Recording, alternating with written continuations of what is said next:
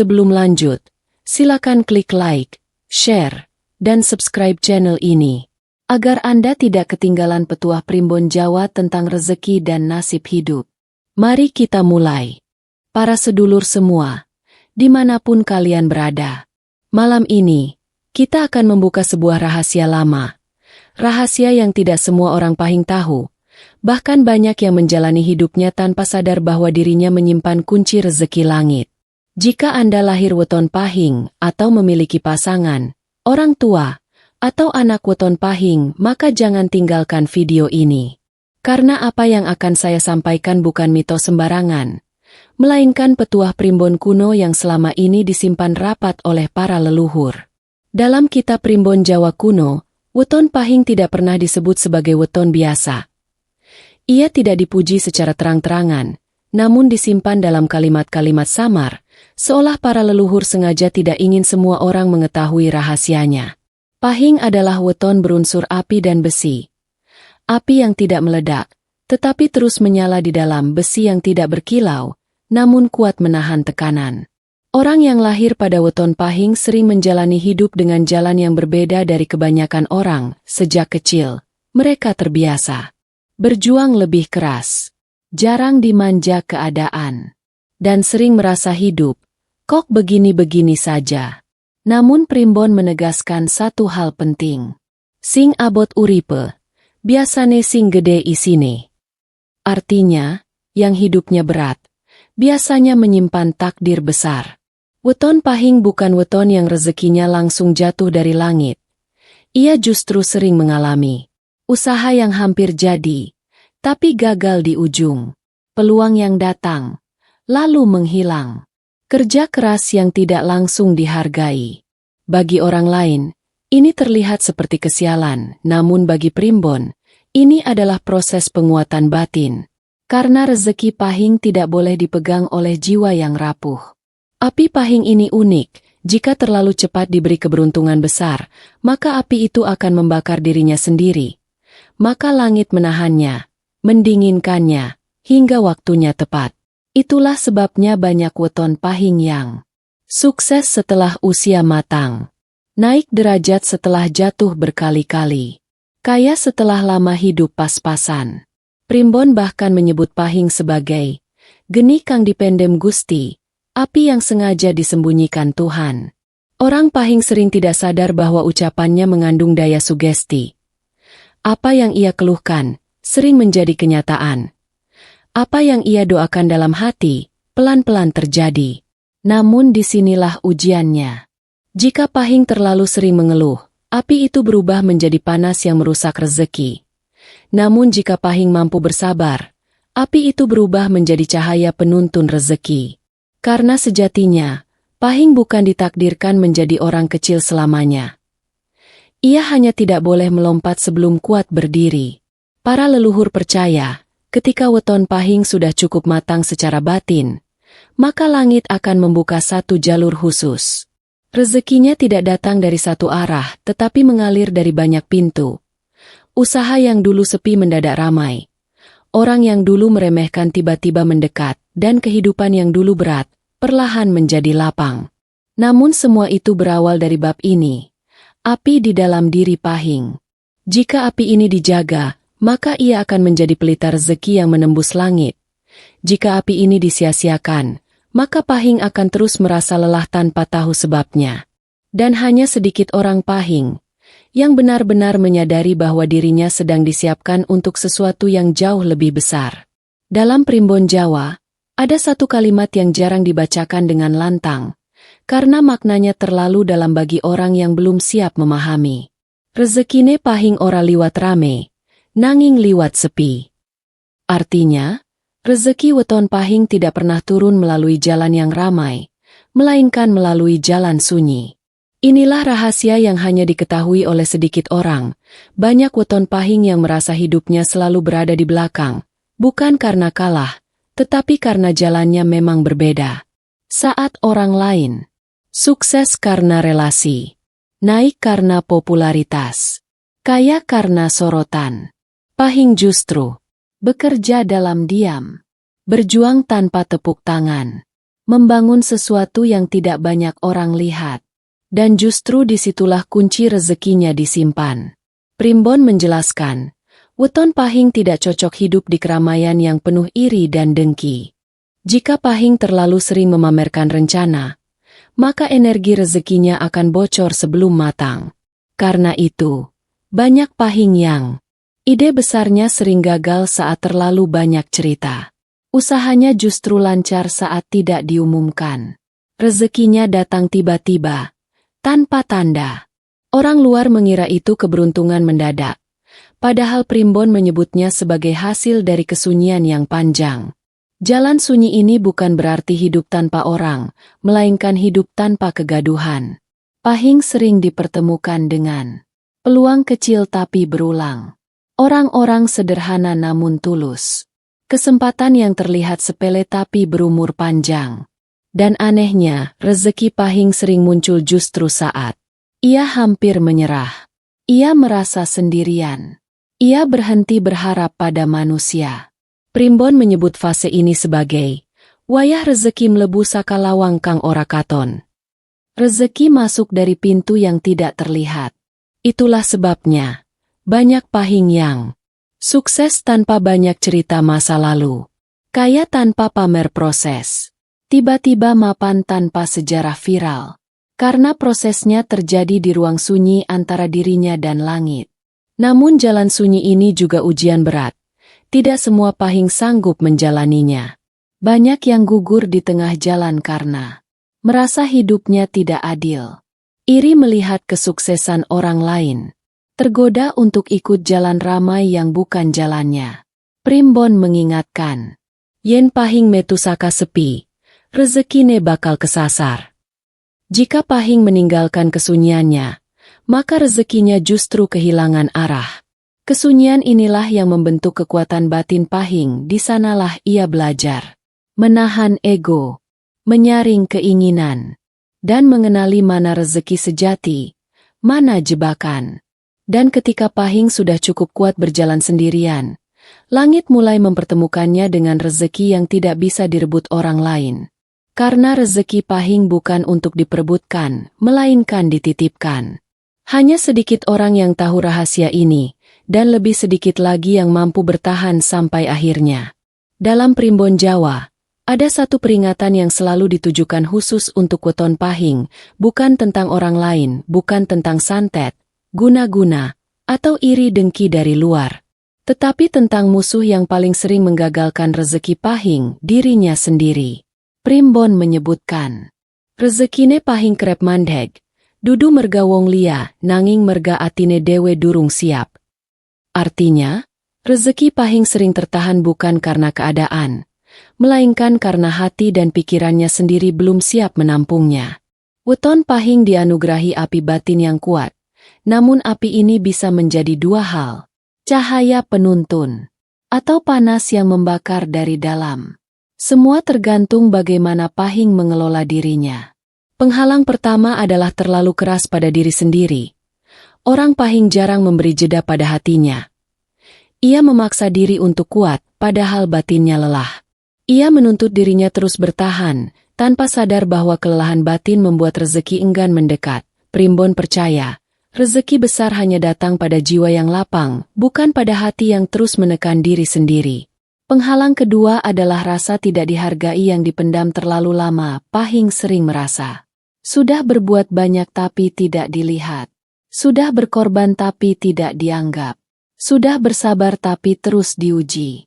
Masalahnya, Pahing jarang mengungkapkan luka itu. Ia menyimpannya, hingga berubah menjadi getaran negatif yang halus namun merusak aliran rezeki. Primbon mengingatkan, atine Pahing iku papane rezeki yen kebak lara, rezeki ora duwe papan. Penghalang ketiga adalah menunda keberanian. Pahing sering tahu apa yang harus dilakukan, namun ia menunggu waktu yang dirasa sempurna, kondisi yang benar-benar aman, keyakinan yang 100%. Padahal dalam Primbon, rezeki Pahing tidak datang saat semuanya siap, melainkan saat Pahing berani melangkah meski masih ragu. Penundaan kecil yang terus diulang menjadi tembok tak kasat mata yang menahan aliran rezeki. Tiga penghalang ini jarang disadari, karena bentuknya tidak nyata. Tidak terlihat, tidak bisa disalahkan pada siapapun. Namun justru karena itulah, banyak pahing merasa sudah berusaha keras, tetapi hasilnya selalu terasa kurang. Primbon menyebut kondisi ini sebagai api kebalik arah. Api yang seharusnya menerangi jalan rezeki justru membakar langkah sendiri. Kabar baiknya, Primbon juga mengatakan bahwa penghalang ini bisa dilepaskan. Bukan dengan ritual berat, bukan dengan laku ekstrim, melainkan dengan kesadaran. Saat pahing mulai mengizinkan dirinya beristirahat, melepaskan rasa tidak dihargai, dan berani melangkah meski belum sempurna, maka penghalang itu runtuh dengan sendirinya. Dan saat itulah, rezeki yang selama ini terasa tertahan mulai bergerak kembali. Karena sejatinya, rezeki pahing tidak pernah pergi. Ia hanya menunggu tuannya siap membuka pintu dari dalam. Dalam primbon Jawa kuno, ada satu fase yang sangat ditunggu namun sering tidak disadari oleh weton pahing. Fase ini tidak datang dengan suara keras, tidak dengan ledakan keberuntungan, melainkan melalui isyarat-isyarat halus yang hanya bisa dirasakan oleh hati yang peka. Para leluhur menyebut fase ini sebagai wayah getaran munggah, waktu di mana energi hidup seseorang sedang dinaikkan oleh langit. Bagi weton pahing, tanda pertama yang paling sering muncul adalah perubahan batin yang tidak biasa. Hati terasa gelisah, tetapi bukan gelisah karena takut, melainkan gelisah karena ada dorongan kuat untuk berubah. Pahing mulai merasa tidak betah dengan keadaan lama, ingin meninggalkan kebiasaan yang dulu dianggap aman, tertarik pada jalan hidup baru meski belum jelas bentuknya. Primbon menegaskan, kegelisahan ini bukan pertanda buruk, melainkan alarm halus dari langit bahwa rezeki besar sedang disiapkan. Tanda kedua adalah pertemuan yang tanpa kebetulan, namun berulang. Pahing sering bertemu orang tertentu secara tidak sengaja. Bisa orang lama yang tiba-tiba muncul kembali, bisa orang baru yang langsung terasa nyambung. Dalam primbon, ini disebut jalur rezeki mulai dipertemukan. Bukan orang itu yang membawa rezeki, melainkan mereka membuka pintu menuju rezeki yang sudah ditetapkan. Tanda ketiga adalah kehilangan kecil yang diikuti kemudahan tak terduga. Pahing mungkin kehilangan uang dalam jumlah kecil, batal mendapat sesuatu yang diharapkan, atau harus merelakan satu rencana. Namun anehnya, setelah itu justru muncul peluang baru, bantuan tak disangka, atau jalan yang lebih ringan. Primbon menyebut ini sebagai tumbal ringan agar jalan besar dibuka. Tanda keempat adalah mimpi-mimpi simbolik. Banyak pahing melaporkan mimpi tentang air jernih yang mengalir, cahaya terang di tengah gelap, jalan panjang yang terbuka, atau naik ke tempat tinggi. Dalam primbon, mimpi ini bukan sekadar bunga tidur, melainkan bahasa alam bawah sadar yang sudah selaras dengan energi rezeki. Tanda kelima yang paling halus adalah runtuhnya ketergantungan pada manusia. Pahing mulai tidak terlalu berharap pada pujian, tidak terlalu kecewa saat diremehkan, dan tidak lagi menggantungkan bahagia pada orang lain.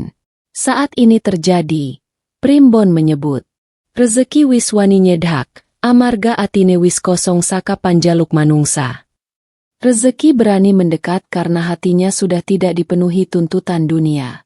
Semua tanda ini tidak datang sekaligus, mereka muncul perlahan, satu persatu seperti langit sedang mengetuk pintu batin pahing. Masalahnya, banyak pahing justru mengabaikan tanda-tanda ini, menganggapnya hanya kebetulan, atau malah takut berubah. Padahal jika tanda-tanda ini muncul, yang perlu dilakukan hanya satu, jangan melawan arus. Primbon mengajarkan saat rezeki langit mendekat, tugas pahing hanyalah tetap tenang, jujur pada diri sendiri, dan berani mengikuti panggilan batin. Karena ketika waktunya tepat, rezeki tidak lagi mengetuk, melainkan masuk dengan sendirinya. Dalam primbon Jawa, tidak semua rezeki dibuka dengan usaha lahiriah semata. Ada rezeki yang menunggu dibukakan dengan laku batin, terutama bagi weton pahing. Para leluhur tidak pernah menyarankan pahing menjalani ritual berat atau laku ekstrim, justru sebaliknya. Rezeki Pahing paling cepat terbuka melalui amalan halus yang sederhana, namun konsisten. Primbon menyebut, sing alus kui sing tembus langit, sing rame asring mung mandheg ing bumi. Artinya, yang haluslah yang menembus langit, sedangkan yang ramai sering berhenti di bumi. Amalan pertama adalah sedekah diam-diam di hari Pahing, bukan jumlahnya yang dinilai, melainkan niat dan kerahasiaannya. Sedekah ini bisa berupa memberi makanan tanpa diketahui penerima, membantu orang tanpa menyebut nama, atau sekadar mendoakan orang lain dalam hati. Primbon percaya, sedekah diam-diam di hari Pahing membuka jalur rezeki yang tidak terlihat oleh mata manusia. Amalan kedua adalah menjaga ucapan saat emosi. Weton Pahing memiliki kekuatan kata yang besar. Apa yang keluar dari mulutnya mudah menjadi doa, baik maupun buruk. Banyak rezeki Pahing terpotong bukan karena kurang usaha, melainkan karena ucapan sendiri saat marah, kecewa, atau lelah. Primbon menasihatkan, saat emosi datang lebih baik diam daripada berkata sembarangan. Karena satu kalimat negatif bisa menutup pintu yang sudah hampir terbuka. Amalan ketiga adalah menghormati orang tua dan leluhur. Ini adalah amalan paling tua dan paling kuat dalam Primbon. Doa orang tua, restu leluhur, dan sikap hormat terhadap asal-usul adalah jalan tercepat rezeki Pahing menembus langit. Bahkan Primbon menyebut, jika rezeki Pahing terasa mandek tanpa sebab jelas, maka yang perlu dicek bukan usahanya, melainkan hubungannya dengan orang tua dan keluarga. Amalan keempat yang jarang dibahas adalah merawat kesederhanaan hidup. Pahing tidak dianjurkan hidup berlebihan sebelum waktunya. Bukan berarti anti kekayaan, melainkan menjaga energi rezeki agar tidak bocor oleh gaya hidup. Semakin Pahing memaksakan kemewahan sebelum waktunya, semakin rezeki menjauh. Primbon menyebut fase ini sebagai ngenteni wektu gedhe. Amalan kelima adalah menyelaraskan niat dengan manfaat. Rezeki besar Pahing jarang datang hanya untuk diri sendiri. Biasanya rezeki itu menghidupi keluarga, membantu banyak orang, atau mengubah nasib satu garis keturunan. Jika niat Pahing hanya berhenti pada ingin kaya, rezeki akan tersendat. Namun jika niatnya berubah menjadi ingin bermanfaat, maka rezeki mengalir lebih cepat dari yang dibayangkan. Primbon menegaskan, amalan-amalan ini tidak bekerja dalam semalam. Namun siapapun Pahing yang menjalaninya dengan sabar, akan merasakan perubahan perlahan. Hidup terasa lebih ringan. Jalan rezeki terasa lebih jelas. Dan hati lebih tenang meski proses masih berjalan. Karena sejatinya, amalan halus bukan untuk memaksa rezeki datang, melainkan mempersiapkan diri agar pantas menerimanya. Dalam Primbon Jawa, ada satu penegasan terakhir tentang weton Pahing yang tidak pernah disampaikan dengan suara keras. Bukan karena tidak penting, melainkan karena tidak semua orang siap menerimanya. Penegasan itu berbunyi, Pahing duduk kanggo urip cilik nganti tua. Artinya, Pahing tidak ditakdirkan hidup kecil sampai akhir usia. Namun jalan menuju takdir itu tidak lurus dan tidak cepat. Ia berliku, ia sunyi, dan seringkali membuat Pahing bertanya dalam hati, sampai kapan aku harus bertahan? Jawabannya sederhana, namun berat, sampai batinmu siap menampung yang besar. Primbon mengajarkan bahwa rezeki Pahing bukan hanya soal harta, melainkan perubahan garis hidup. Saat rezeki langit benar-benar turun, yang berubah bukan hanya dompet tetapi cara berpikir, posisi hidup, dan pengaruhnya terhadap orang lain. Banyak Pahing tidak menyadari bahwa dirinya sedang dipersiapkan menjadi penopang keluarga, penolong banyak orang, atau pembuka nasib baru bagi keturunannya. Itulah sebabnya ujian Pahing sering terasa tidak masuk akal, beban datang bertubi-tubi. Masalah muncul silih berganti. Namun Primbon menegaskan beban itu sebanding dengan daya tampung rezeki yang akan diberikan. Ketika Pahing sudah melewati fase terberatnya, maka perubahan datang dengan cara yang nyaris tidak disadari. Satu pintu terbuka, lalu pintu lain menyusul. Usaha yang dulu seret mulai bergerak. Nama yang dulu diremehkan mulai diperhitungkan. Dan yang paling khas, Pahing naik tanpa menjatuhkan siapapun. Primbon menyebut ini sebagai diangkat tanpa rame. Tidak semua orang tahu prosesnya. Tidak semua orang menyaksikan perjuangannya. Namun hasilnya nyata dan bertahan lama. Di fase ini, Pahing justru diuji dengan hal yang berbeda, kesederhanaan hati. Karena saat rezeki sudah besar, godaan terbesar bukan kekurangan, melainkan lupa diri. Primbon memperingatkan, jika Pahing tetap eling, tetap rendah hati dan tetap ingat asal-usul, maka rezekinya mengalir sampai tua. Namun jika Pahing mulai sombong, melupakan orang tua dan memutus hubungan batin dengan leluhur, maka apa yang naik bisa turun dengan cepat. Bab terakhir ini bukan untuk menakut-nakuti, melainkan untuk meneguhkan. Bahwa jika Anda adalah weton Pahing dan selama ini hidup terasa berat, itu bukan tanda salah jalan. Itu tanda Anda sedang digembleng. Tidak semua orang diberi jalan sunyi. Tidak semua orang diberi api batin. Dan tidak semua orang dipercaya menampung rezeki besar. Jika sampai di titik ini Anda masih bertahan, masih belajar dan masih berusaha menjadi lebih baik, maka percayalah, rezeki Anda tidak berhenti di bumi. Ia sedang menunggu satu hal terakhir. Anda siap menerimanya dengan hati yang utuh. Dan saat itu tiba, Pahing tidak hanya mengubah hidupnya sendiri, tetapi mengubah cerita satu garis keturunan. Sedulur kabeh, jika apa yang barusan kita bahas terasa kena di hati, bukan kebetulan Anda sampai di video ini. Silakan tekan like, agar energi kebaikan dan ilmu ini semakin luas. Bagikan, share, video ini kepada keluarga, sahabat, atau siapapun yang lahir weton Pahing, karena bisa jadi ini adalah pesan yang sedang mereka tunggu. Dan jangan lupa subscribe channel ini, karena masih banyak rahasia primbon, weton, dan rezeki langit yang belum saya buka ke permukaan. Ingat, ilmu yang bermanfaat akan kembali sebagai jalan kebaikan dan rezeki bagi kita semua. Salam Rahayu. Sampai bertemu di pembahasan selanjutnya.